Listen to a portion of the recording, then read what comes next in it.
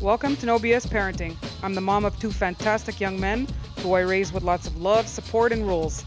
I believe a lot of the problems in society today because of really shitty parenting. I do not recommend that you watch my channel with your minor kids. I think we need to have these heavy conversations in an adult way. Let's do it. Hi guys, today we're going to talk about single parent dating. So you were married, marriage fell apart, happens to the best of us. Put yourself into the shoes of your kids. Your whole life when you're a little kid is your parents. It's your house. That's your world. And then slowly your world gets a little bit bigger and a little bit bigger. But when that initial world, that foundation, that is your kid's life falls apart, how do you think it makes them feel? Kids don't understand the complexities of the adult world, relationships. They don't understand any of that stuff, right? They just know mommy and daddy, and they see mommy and daddy are screaming and yelling, and then one day they're not there anymore. They're not together anymore. Daddy's not living home anymore. In some very few cases, mommy's not living there anymore. I want us to be able to really look at um, the balance between our personal needs to be able to get our personal needs fulfilled.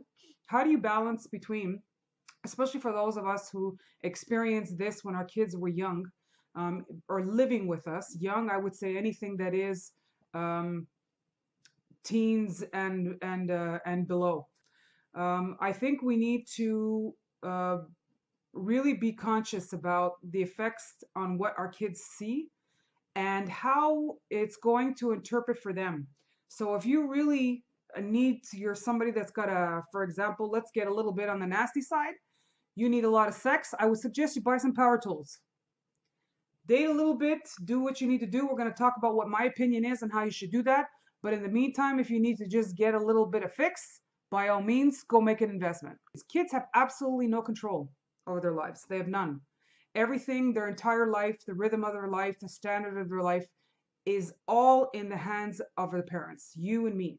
We're the ones that control it all. They literally ride the wave and follow along the mom and dad train and wherever it takes them. Um, having kids, in my case, I had my kids 24/7.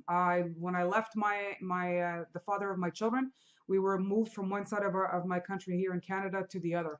And I had my children 24/7. So it was really, really hard. I had a fantastic support system with my family, my mother, my sisters. They did the best they could, but I didn't want to burden them. I didn't want to have them do all of the work. So it was hard. It was hard trying to keep a life of my own. But let's cut the shit. Should you be bringing everybody home that you're dating? Absolutely not. Why would you be bringing everybody home that you're dating? Let's say you're going through the process, you meet one person, meet another person, right? If you're doing now today's, I'm not in the dating world now, so I know now it's dating sites. You're clicking and meeting with people and having conversations, and eventually there's a face to face. How many of those face to faces are you bringing back home for your kids to see? In my opinion, it should be zero. None of them until you meet somebody that is worthy to be around your kids, and then you see some kind of future. So along with that process, and if you do decide you don't give a shit, you're going to do what you want and you're going to fulfill your own personal needs, and you are bringing person after person after person into your house, imagine the effect that it has for your kids, doesn't matter what age they are, especially when they're little. And that process of you breaking up with your spouse, especially if the spouse isn't present. In my case, my ex wasn't very present. He was on the other side of the country, even though the plan was for him to come back to our native city of Montreal. He decided to stay there for whatever reason. I'm not going to have that conversation because that's a long one. In any case, he decided to stay there. So one of my two boys definitely felt a sense of abandonment.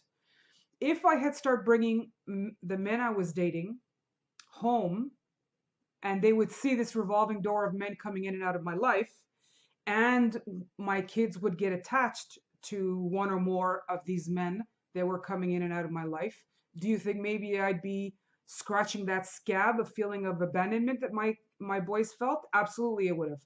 So that was something I was not going to do. I don't care how much these men wanted to meet my kids. It was part of the initial conversation. I tend to be raw and in your face, very little filter by personality. So when I through my dating process, I was extremely direct with the men I was dating.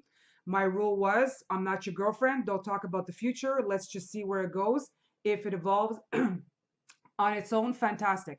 So if it evolves on its own and we get serious, then we could talk about that later. But for the time being, um, I don't have a lot of time to give. I'm gonna be basically if you need somebody that needs to provide a lot of time and investment, I'm not your girl. I have children. They are my priority. All I do is I work and I take care of my boys and try to find a little time in between. So the men that I dated, if they were not okay with that, well, guess what? If they couldn't understand that I was prioritizing my boys in this new phase, difficult phase of our lives that I had brought them to, meaning to or not is irrelevant, but I had brought them to it. I was going to shelter them from my adult life and my adult experiences. And I think that as their mother, it was absolutely my job to do that. And I think it's absolutely your job to do the same for your kids. So if they didn't, these men that I was dating, understand my rules, then guess what? They were gone. I would stop the relationship, end it there, and keep it simple for everybody. That could be seen as harsh. Too bad. I was a mother. As far as I was concerned, my life was not my own. My rule has always been the same. When you have children, your life is no longer yours. You're a parent before you are your individual. That doesn't mean that you have to be completely selfless 100% and do absolutely everything for your kids all the time. No, you do have to be able to take care of yourself, because if you can't give 100% of what is not 100%, right? I understand that concept. But the minute you have kids, they have no choice in it. They have no power. They're not the ones that decided to come into the world. You decided to have a child. You're the adult that decided that you were going to make that decision to bring another human being who was going to be completely dependent on you into the world. And guess what? Buck stops there. That was always my theory. The buck stops here. Whether I like it or not, whether it's convenient or not, that's the way it is. And if I didn't like it, I should have never had kids. And I think that, let's examine, in my case, I had sons. If I had started bringing men into my house, if I had decided, and I didn't have this kind of philosophy, and I was allowing all these men to come through my home, what do you think my kids, my boys would have seen? What would their understanding of it been? There's no way they would have understood really what was going on. All they would see is that mom has one man after another man after another man coming in and out of her life. I don't think in any sense, any way whatsoever, that that's a positive message to be given. What happens if I would have had girls? If I had daughters and they'd see their mom? That's a very personal interpretation, right? These are girls who, as they grow up, are going to turn into women, just like myself, and they're going to understand or get a message for what is to be okay or not okay. I don't think in either one of those cases that it is a positive message that your children can possibly get. And my point is you're alone now and you want to have some kind of life for yourself, but you have these little kids. You really do have to be conscious of everything that you're doing and what kind of impact it's going to have on them. You have to. You can't not. How could you not? And if you don't, and unfortunately I see it all the time that people don't, it has an absolute lasting impact. I can tell you from experience that it does. From my own childhood, I can tell you that it does. It affects their relationships that they have later, their ability to trust, their ability to be open-minded, to take each person for what they are, to not generalize, all that stuff. It has a lasting impact on them when they become adults. So, and if your life is shit, yeah, and you're a single mom, and usually the stats are, the reality is that when marriages fall apart and the mother, in most circumstances, has physical custody of the children, the standard of living drops significantly.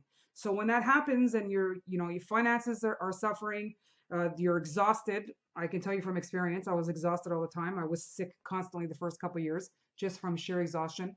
At one point I was working 2 jobs. It was really, really hard. So, on top of the financial struggles, the full-time selfless life that you have to live, it's really, really tough. And it's hard to do a good job when you're under those pressures and under those circumstances. So, and unfortunately, again, your kids don't have any power in any of it. So they suffer the consequences. They suffer when mom is tired and mom's crying and mom's broke and mom can't put them in organized sports because she can't afford the hockey registration fees and the hockey equipment and the time of getting to practices and hockey games and the 7 o'clock in the morning Saturday morning games after she's worked 60 hours. It's tough to do all of that when you're a single parent. So the kids, what happens is, unfortunately, they suffer the consequences of that single parent household.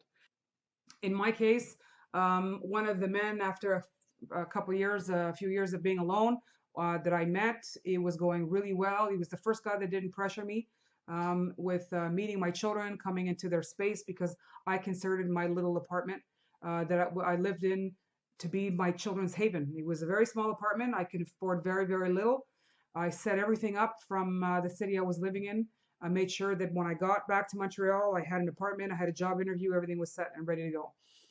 Because I wanted to keep my children's lives as stable as it possibly could. And I slept on the floor for 4 years in my little shitty apartment in doing that, because I wanted to keep my expenses low, and before I got everything stable and all of that. But I made my kids' room and decorated it as best I could. And so throughout that process, when I finally did meet a man who didn't pressure me and didn't understood my priorities and how I prioritize my boys, and it evolved on its own, and I introduced them as a friend, and don't kiss me, don't touch me, let's see how my boys react to you. And it evolved naturally on its own. It was my kids that gave me, my oldest son, who gave me permission to have this friend as my boyfriend. And then it continued on. We moved in together after a few years, and he had a son of his own. So all of that process of integrating the families started. So integrating my little family of three, his family of two, because he had a son as well. Um, Trying to be conscious of how all the kids were dealing with it. His son was an only child, so trying to keep my kids to be conscious of his need for his space, and my efforts in trying to make his son feel like I was going to treat him equally the same way that I was treating mine. And his rejection of me, which is completely normal. I've been there even when I was a kid. I mean, totally understood it. I understand it now. It was really hard, and for everybody. My husband and I, my now husband and I, didn't parent the same, so the struggles that come along with that. Blended families are a difficult dynamic, and as the adults, it was my husband's job and mine to make sure that all the decisions that we made and the way that we dealt with the kids was with them as a priority in mind. So, and the reason why I introduced him to my boys eventually was because he was the only one that was worthy of being around my kids, honestly. So, and we ended up getting married, and although in pictures it looks like everything was hunky dory and everything was great, it was hard. But everybody survived, and now we're talking 16 years after the fact. um, we're still together, been married already, it's coming up on 10 years. All three of our boys, they consider themselves, my boys consider my husband's son their brother, and vice versa. We're a family, is cohesive. It worked, and it worked because we prioritized the kids in the entire process. They were even part of the marriage process. We even all went together, all five of us, on our honeymoon trip together. I insisted on that because I wanted them, this wasn't just a young guy and a young girl coming together and building their lives together, with all the fairy tale bullshit that you see in Disney World. This was an existing family and another existing family attempting to come together to make a new family. So I wanted, even the entire process, even the celebration of the after vacation, I wanted the boys to be there because I wanted them to feel included in the entire process. I wanted them to feel like we were aware of the fact that my husband and I, were making the decision for them, that we were becoming this new family. As parents, if we did that, if we always, from the point that we started having kids, if we really thought about the effect of everything that we did on how it was going to impact our children when they were adults, we would do things so differently. I don't think everybody should have kids. I really don't. I don't think that everybody is made to be a parent. I think that, it's harder to get a driver's license than it is to have kids. Any jackass can get pregnant, whether they decided to or wanted to or not, by accident, and they can have children. And then they're creating this person that is going to be the generation of the future. How many people do you know personally that are shitty at that job, that had no business having kids? You know, you have to go through all these exams, written and driving exams to get a driver's license to be able to drive a freaking car. But a parent, any chick can open her legs and create a person and then fuck them up for the rest of their lives. It makes absolutely no sense to me. I think that if you're unsure, you don't think that you have it, then don't do it. I'm completely for that.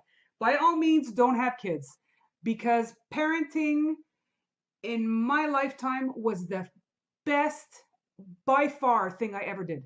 It was being a mom has been the most enriching, fulfilling thing I've ever done, but it's also been the hardest by far thing I've ever done. They go hand in hand. And I think that if anybody who says parenting is hard, it's because they're doing a good job. Because, in my opinion, the definition of a good parent is somebody that is constantly evaluating what they do, how it affects their kids.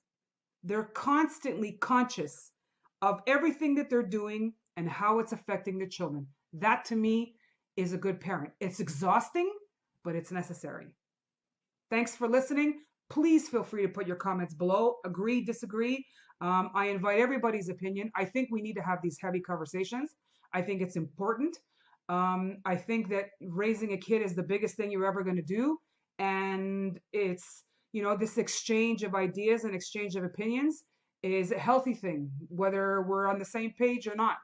And don't forget to like, subscribe, and hit the bell for future videos.